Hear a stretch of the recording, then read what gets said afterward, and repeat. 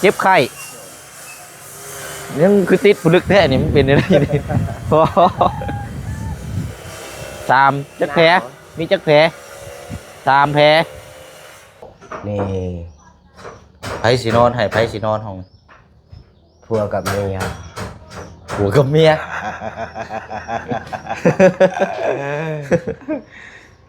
เอาติดอีกแผ่นหนึ่งใส่คอนี่วันนี้นี่เจ็บคอบ่ใส่คอนั่นแหละบ่อย่าหรอกบ่ต้องตัดหรอกมันจังแห้งโอเค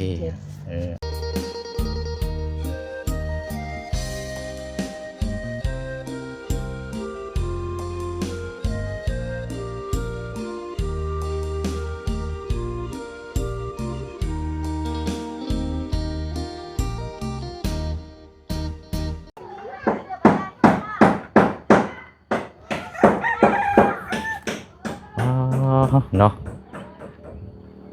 ขึ้นมารอบนี้ก็คือบาทนี้พี่น้อยเนาะอีกบ่ลนบ่นานอีก3 มื้อเนาะคือเจ้าว่าขึ้นมารอบนี้นี่สิว่าสิได้รอขึ้นเฮือนของทางอเดียเลยบ่จักล็อกนี่พี่น้อยเนาะเข้าฟ้าแล้วเรียบร้อยแล้วเก็บสีแล้วก็ติดบานแล้วก็เฮ็ดบันไดก็แม่นจบแล้วแหละพี่น้อยเนาะเอาก็เข้าไปเบิ่งยังบาดนี่คือมีบาดแผลเต็มอยู่นี่มาพี่ยังไปลบมาได้ใช้มีบาดแผลเต็มอยู่นะเจ็บไข้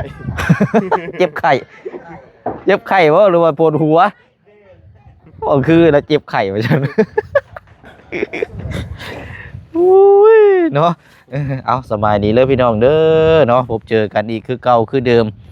มาเยี่ยมยามอัปเดตน้ำกันอีกเนาะเคสของทางประตูอาเรียหรือว่าใกล้แล้วพี่น้องเนาะเจ็บไข้ยังคือติดผลึกแท้นี่มันเป็นอะไรนี่จักแผลมีจักแผล3 แผลโอ้เป็นไข้ใช่บ่ได้จังมือแล้วนะ3 มื้อนี่แล้วเป็นยังไงนะเจ็บปาก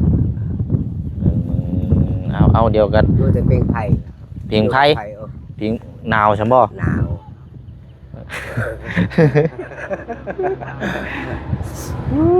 เนาะอันมาแต่ใช้มือนี่นะบ่ได้ไปใช้บ่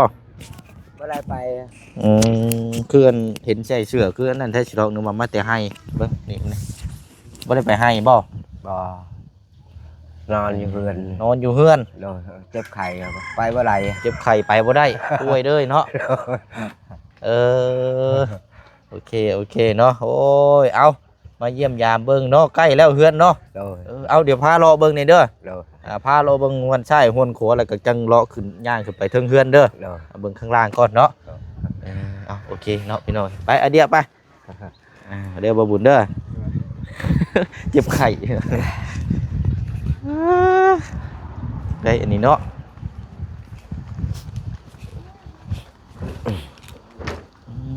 เอามาเบิ่งรอบๆก่อนไปพุ่นก่อนก็ได้ย่างเลาะเบิ่งรอบๆก่อน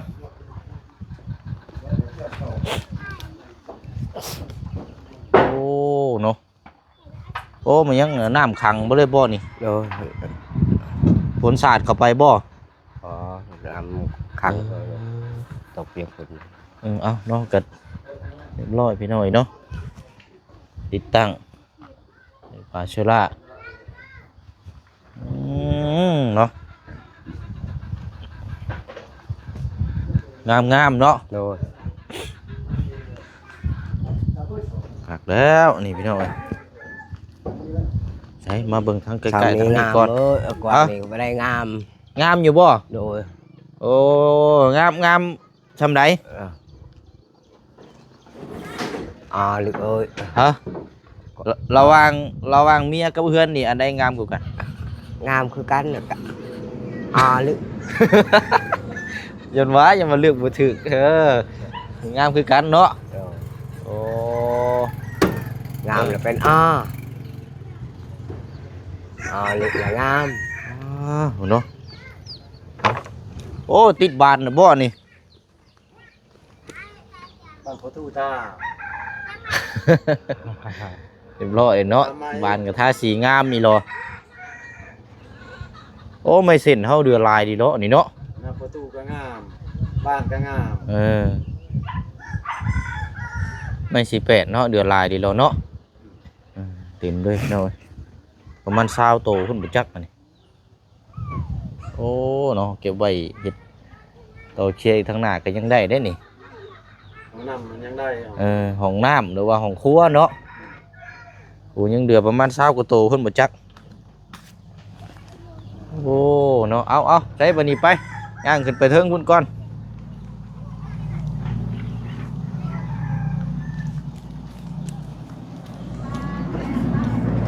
ยังเรือได้ไหมนี่นะ ไม่เนาะเดือเนาะ ยังไม่ได้เรือนี่làยังได้ไหม ไปขึ้นไปเบิ่งเทิงๆก่อนแล้วจังลงมาอันนี้พี่น้องมาเรียกโอ้ยเนาะเอาสบายดีพอเด้อสร้างเฮาเนาะยังคือข่าวจุนพูนแท้นี่ ตู้เลยอ่ะ บ่ตู้พ่อนี่น่ะ ต้องก็ตะก้อยพักง่ายเรียกอยู่ โอ้ นำให้ว่า สีขาวเนาะ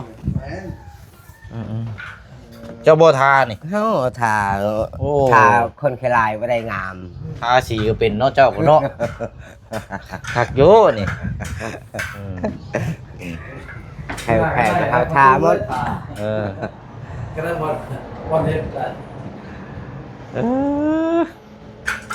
วันใหม่เฮ็ดวันใหม่ฮะ ทาไม่ได้งามเขาทา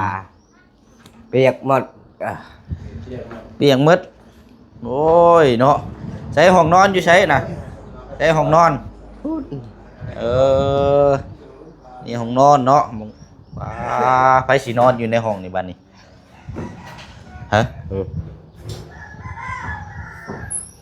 นี่ ไผสินอนให้ไผสินอนห้อง พัวกับเมีย ผัวกับเมีย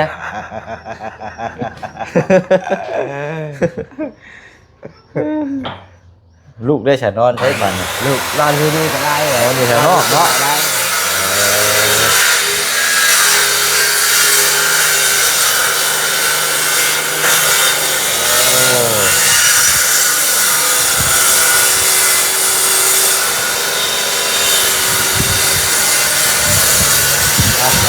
ลมแท้นี่เนาะคนก็สิตกได้พี่น้องไปเดี๋ยวไปลงมาพี่ก่อนก็ได้ไป คือหมด เนาะ เขาใช้ไม่ได้งาม ใกล้แล้วใกล้สิได้ขึ้นเฮือนได้นี่เนาะประมาณอีกจังมื้อพอ ติดบ้านละ2 มื้อ เป็นบันไดเนาะ ประมาณ 4 มื้อ 4 มื้อเนาะเอา ได้ขึ้นเลยสิ อีก4 มื้อเนาะอีกบ่ลนบ่นานอาจจะได้ขึ้นมารอบนี้อาจจะได้ขึ้นเฮือนทางเรียกได้เป็นไปได้แล้วพี่น้อง ได้ขึ้นเลยผมอยู่ครับ จะว่าขึ้นมานอนล่ะบ่จักเฮ้อ bỏ đấy ป้าเดี๋ยวไปย่างไปซื้อน้ำอยู่หันข้ามาให้ทางประธานครับ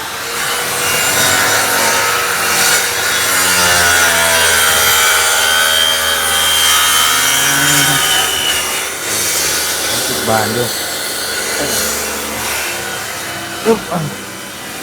ก็บ่ใช่เกือบแน่ yêu vừa được ครับไปคนละย่างไปพริกก็ได้ เดี๋ยวย่างพาเลาะอันนี้หน่อยเด้อย่างไปหันข้าพุ่นละเอาไปซื้อน้ำก่อนใช้เมียเจ้าได้ใช่ yêu vừa เฮือนเห็นยังเฮือนน่ะ bữa nay hết nhang rồi tôm lục mày ต้มหน่อไม้ rồi โอ้แซ่บเลยต้มหน่อไม้ thôi chép khay bọn cả phùa mì chép khay bọn ไข่ทั้งผัวทั้งเมียเลย rồi ว้าวหักแพงกันนี่เนาะอันนี้เนาะไข่อะไข่ sa mưa cái bữa nay kinh khâu ไข่3 มื้อเข้าบ่ได้กิน bữa nay kinh lời โปรดแล้วนี่เนาะ rồi โอ้ไข่กันทั้งผัวทั้งเมียเลยนี่เนาะ rồi พูดแล้วนี่พี่น้องเอ้ยเอาสบายดีเอ้ยเด้อโอ้บ่ไหวแล้วทางนี้เนาะต้องบ่เศร้าบ่อ้ายเจ็บคอนำบ่ ข่วัดลงคอเนาะเอาพี่น้อยไข่ทั้งผัวทั้งเมียเลยเนาะ โดย อันนี้แหละพี่น้องว่าไข่หักแพงเนาะ โดย ไข่หักแพงกันไข่ทั้งผัวทั้งเมียคันไข่คนเดียวนี่เพิ่นว่าไข่บ่หักแพง โดย เนาะอันเดียวอันใช้เกือบในกลัวน่ะไปหันค่าเพิ่นก่อนไปย่างไปพาไปหันค่าน่ะไปซื้อน้ำมาให้สร้างก่อน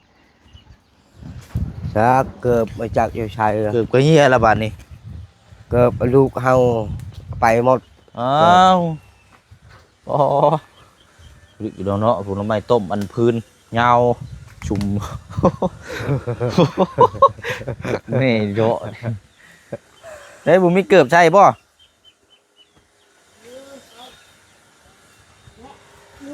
เอาเนาะอันนี้ลื้อล่างแล้วไปหน่อยอดเอาอีกจังหน่อยอีกประมาณ4 มื้อ5 มื้อ4 มื้อแล้วบัดนี้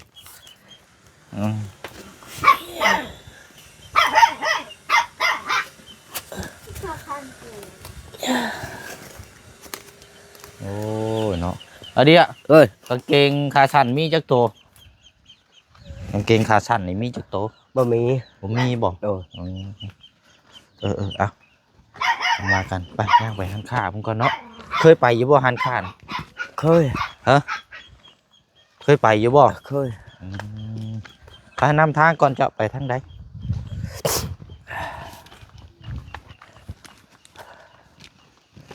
ฝนนี่กระตกชั่วมือเนาะ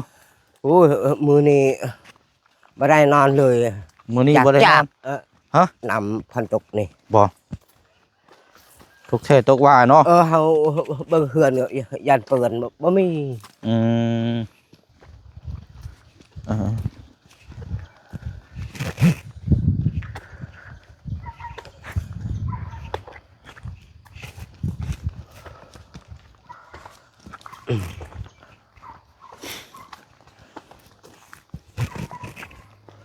ใช่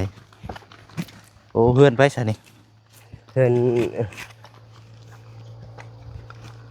หึ เล็ก โอ้เนาะ ๆไปโมไปหมดแล้ว แต่ว่าเงียบเนาะเพิ่นไปไซเบิร์ดอันนี้เดี๋ยวไปให้ไปลงบ่ โดยไปชักให้ไปชวน โอ้เงียบเงาแท้นี่เนาะ เออ ไปทางใดอันนี้พี่น้องเอ้ยปิดประตูตะมอมตะแมมอยู่นี่เนาะ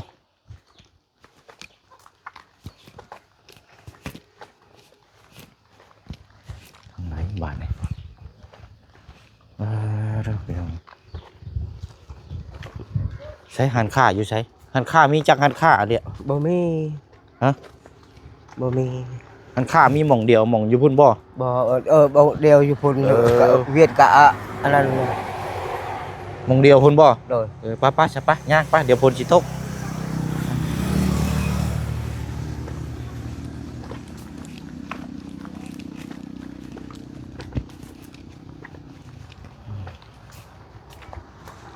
บาดแผลแล้วเนาะ3 แผลเจ้า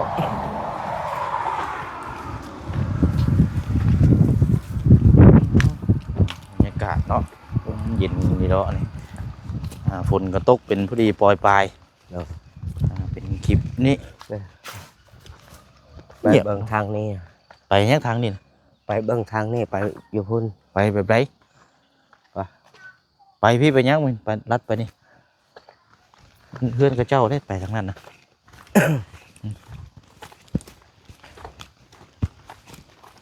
มาเดี๋ยวบริหารน้ำไม้มาขายบ่ บ่ บ่มีบ่ ปัญหาคือมีเฮาบ่ได้ขาย เออ หาสิกิน เออหาได้แต่กินเนาะบ่ได้ขาย บ่ได้ขาย โอ้ใช้รถถีบเจ้าได้ไปใช้จักรยานน่ะฮะ ลูกเฮาถือแล้ว ลูกชายคุ้มเลย ดู โอ้ผมยังคือเก่าอยู่บ่ได้นี่บ่ คือเก่า โอ้ขี่ได้อยู่เนาะ ขี่ได้รถขนาดเชียร์หมด ฮะ รถมันเชียร์หมด หูนอดเสีย โดย ขี่ต้องหันน้ำเลยบ่แม่นบ่อันปั่นมาน่ะ นี่ แม่นบ่ นี่ โอ้ ลูกเฮาถือ แม่นนี่เนาะนี่ผู้ เอิดไอ้แหละบ่ถามหยังเลยบัดนี้ขี้เสียงดังตุ้มต่ำไปเนาะป้าไปหันข้าก่อนไปซื้อน้ำก่อน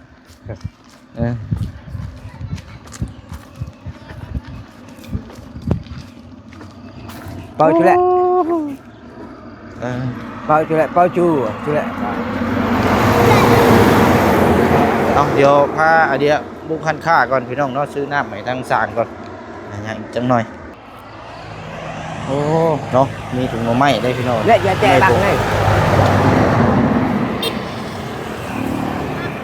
ถุงเท่าไรก็ sao phạt ถุง20,000บ่ rồi หน่อไม้บ่งเลยเนาะ rồi โอ้คักอยู่ด้วยนี่ครับว่าแล้วจะต้มอยู่เนาะ đồ hao tôm pi đi โอเคใช่ปะอย่าหรอกไปเดี๋ยวเป็นต้มอยู่พี่น้องเลยโอ้ช่างกันเนาะ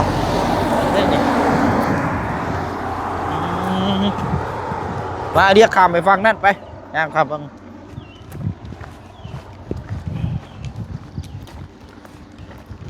สภาพอากาศเมื่อนี้นี่บอกแล้วเลยพี่น้องเนาะอยู่เซโปนผ้าฝนนี่ตกตลอดขึ้นมาเมื่อวานนี่กันตกตั้งแต่อยู่เชตม่วงจนฮอดเมืองเซโปนมาฮอดกับเดินทางมาฮอดกับประมาณ9 โมงกลางคืนหรือว่า3 ทุ่มมาเดียวเขามาแจแน่รถเขามาแจพี่เขามาเส้นในพี่เอ้าพันค่าปิดได้1 บาทนี่ bệt là ใช้เฮาบาทนี่เรียบร้อยไม่ได้กินน้ำจักบาทแล้วนี่ còn biết em đi ไปหานั่นเนาะไปข้ามไปยังไปไว้ยังมา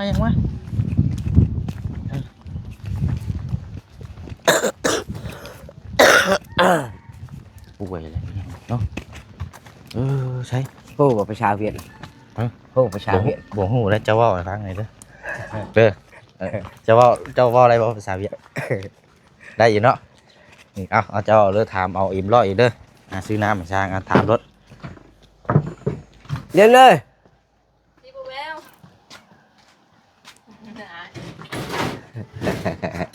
ห้ามอิ่มร้อย bé chân chi ใช้ถามเลยไหม làm đây hả làm บอกภาษาเวียดอยู่ได้บ่ nhầm nói được nói tiếng Việt được nhầm lòi đấy mà nhầm lòi em nói hả à. em nói hết mất rồi chắc bỏ เอาตัวเย็นก็ได้จะเอาจักซี่ไม่มีบ่ในตู้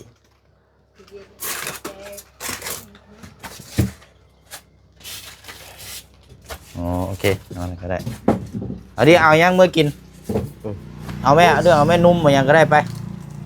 นี่เอานุ่มนี่เอานุ่มแล้วตัวซอยเอาตัวเย็นก็ได้จากที่กล่องมาให้เราเนี่ย thôi tay cái dân con nó xí อันนี้ก็ได้เอาเดี๋ยว à เอารถเอาเดี๋ยวฮะ mà đi chắc anh em ừ เอาเบิร์ดให้แล้วก็ได้เอาเมื่อดูให้ดูแล้วนำโอเคเอาใส่ถุงได้ก็ได้แบบนี้เนาะมีอยู่บ่ยาแก้เจ็บหัวมีขายอยู่บ่ chắc cái da tít nó thôi bộ mì มีแบบติดบ่มีอยู่บ่เอามาให้เราเนี่ยเอามาเนี่ยแกะออกอันนี้แกะออกตัวนี้เอาตัวไม่เอาทิมรถตัวนี้แกะแล้วจะติดไหม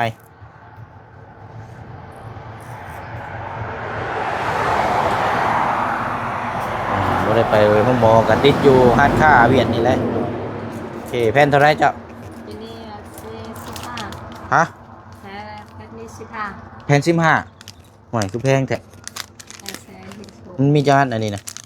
chắc เอาอันนี้เอาติดเอาติดใส่ใหญ่รถเด้อเอาใส่ข้างๆรถ2 แผ่นใส่เลยเด็กเอาติดอีกแผ่นหนึ่งใส่อีกใส่คอนี่วันนี้นี่เจ็บคอบ่ ừ ใส่คอนั่นแหละ để phải tắt thôi บ่อย่าหรอกบ่ต้องตัดหรอกมันจังแห้งโอเคเอาเช้าแล้วป่ะนี่เดืออยู่นี่มีอยู่3 วันเอามือให้เมียเจ้าอันนี้เด้อ được เอา ตัวนี้ก็เอาไว้ก่อนเอาได้จังไสให้ตัวนี้เย็นก่อนเนาะเท่าไรก็เอ้ย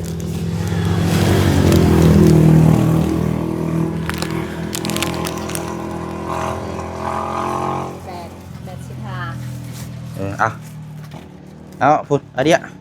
ไปเอาเมื่อน้ามือให้สร้างเฮาบัดนี้คนก็มาเลยอู้สัตว์พี่น้องเนาะเฮ็ดเวียกยากแล้วนี่นุ่มน่ะเจ้าเอาไว้กินเด้อ โดย อันนั้นน้ำเราเอามื่อให้สร้างมานำกัน3คนเนาะ โดย โอเคไปเป็นนี่ได้เย็นอยู่บ่ เย็น เออมีแห้งได้เซาแล้วบัดนี้เนาะ เจ็บนี่กินเย็นบ่ได้ แต่ว่าห้ามว่าแล้วบ่มีน้ำเย็นดอกกินน้ำยามธรรมชาติโอเค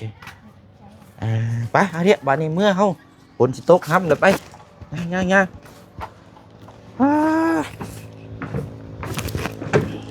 ใช่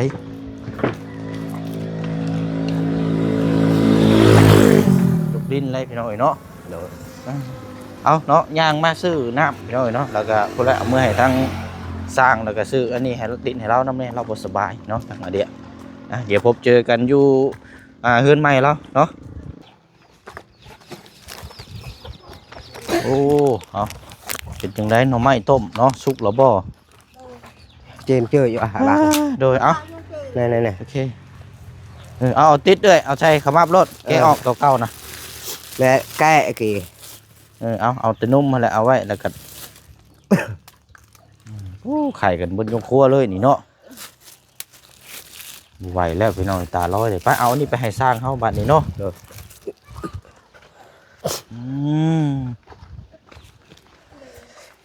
เอา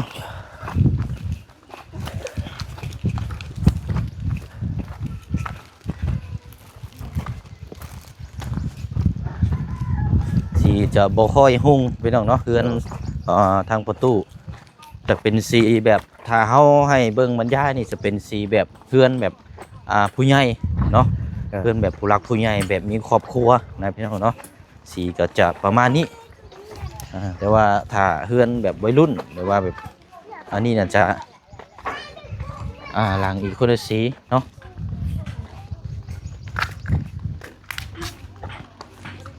ไปเอาอันนั้นแล้วบัดนี้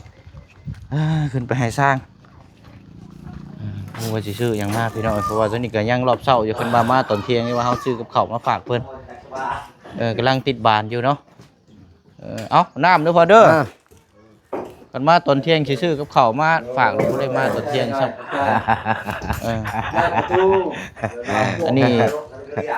ท่าเองเด้อนี่สีนี่เนาะสีขาวนี่โอเคเดี๋ยวพ่อเองแหละตาสีนี่ประตูแล้ว ประตูลงมือทำเองเนาะ แม่น พอจังว่างามเนาะ ประตูปะให้สร้างให้ต่อ โอเคใช่เนาะปะอะไรเนาะมีแต่ว่าเดี๋ยวเขามาหาไม่เด้อประตูเด้อเดี๋ยวมีแนวมามอบให้เด้อเดี๋ยวเขาออกเขาไปตลาดก่อนเนาะโอเคเนาะเอาหายไวๆเด้อมียากินอยู่บ่ บ่มี บ่มียากินเอาเดี๋ยวเขาไปตลาดเดี๋ยวเขามาเดี๋ยวเขาซื้อมาให้เด้อยาแก้เจ็บคอเนาะโอเค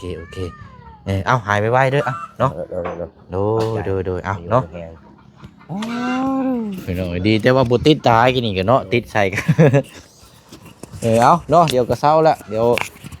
จังเขามาหาเราอีกรอบนึงพี่น้องเนาะเพราะว่าสิเข้าไปตลาดเนาะพอดีมีทั้งแม่ใจดีเพิ่นฝากเงินมาได้ให้ทางหมู่เชียงนี่ชี้แจงซื้อเครื่องมาอันนี้ให้เราเนาะพี่น้องเนาะเดี๋ยวติดตามเบิ่งน้ำกันพี่น้องเนาะคลิปนี้ก็นี่เบิ่งนะครับไปชมรูปร่างบ้านเฮือนซ่านเนาะก็โอ้สีสันนี่งามคือบ่เชียงว่าแล้วพี่น้องเป็นสีเฮือนทรงผู้หลักผู้ใหญ่หรือว่าสีเฮือนผู้เฒ่าก็จะประมาณนี้เนาะนี่แหละพี่น้องเรียบง่ายงามดีเนาะเอาคลิปนี้ก็สิได้ลำลาอีกคือเก่าคือเดิมเนาะเดี๋ยว